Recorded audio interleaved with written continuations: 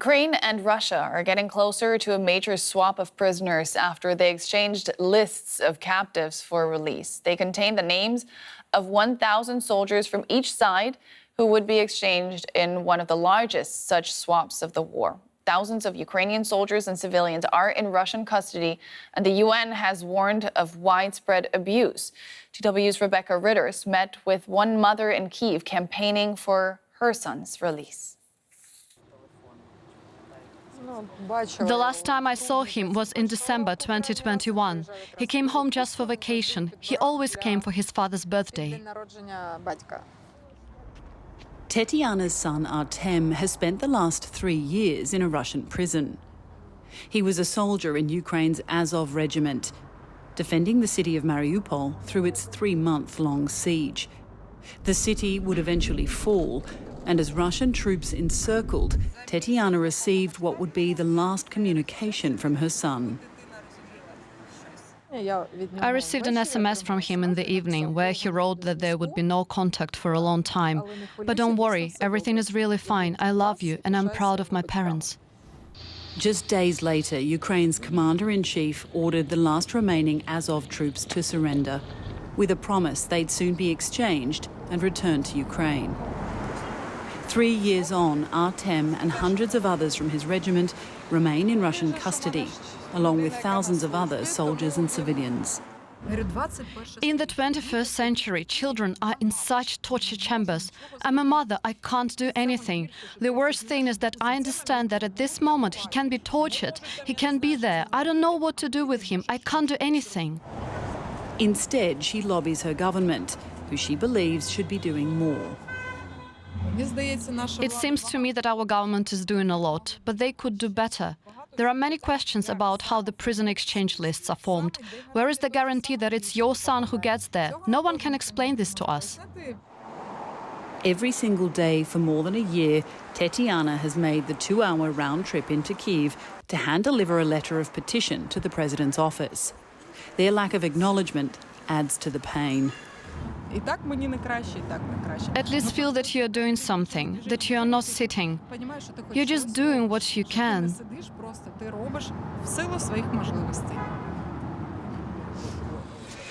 Doing what she can until she can do what she really wants.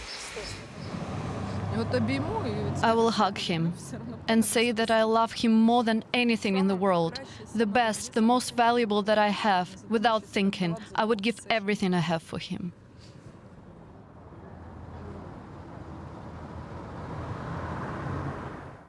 And for more, I'm now joined by DW Eastern Europe editor Roman Goncharenko. Roman, the Russian side says that this major prisoner swap is, quote, quite a laborious process. Tell us more about how exactly a swap like this could be organized. Well, indeed, both sides have lists with names, but those lists are not complete, so they are constantly changing, and not all names are confirmed. So sometimes it takes time to double check. And the situation is very unequal. So Russia has more prisoners of war because it took a lot of Ukrainian soldiers, captured Ukrainian soldiers at the beginning of the invasion 3 years ago. And Russia also is still occupying a large piece of Ukrainian land. So it can take practically any civilian, and then those civilians are also sometimes exchanged during such swaps. And the second reason why it's unequal is because Russia is a much bigger country. So those prisoners of war are dispersed all over Russia. So it takes much more time to get them together. Some of them are in very bad medical conditions. There are accusations of torture. We had reports just a few weeks ago about a Ukrainian journalist who died in Russian imprisonment during transportation, as it was reported. So there are a lot of factors that play in here. How frequent are prisoner swaps between the two countries? Well, there have been over 60 such swaps since the beginning of the Russian invasion in 2022. Last year, so 2024, there were more than 10. So they are now happening oftener, more often. But on the other side, they are not on a such big scale. Normally, it's about 100 or 200 on each side that are being exchanged. To have an exchange of 1,000 is really a big thing. This major swap was agreed on last week during the first direct talks between Russia and Ukraine since 2022. Are further negotiations expected anytime soon? Yes, there is constant talk about further exchanges of prisoners of war, because this is one of the conditions for talks about a ceasefire and a final end to this war, an exchange of all prisoners and all civilians. And the figures are much higher, so we are talking about thousands, probably more than 10,000 people.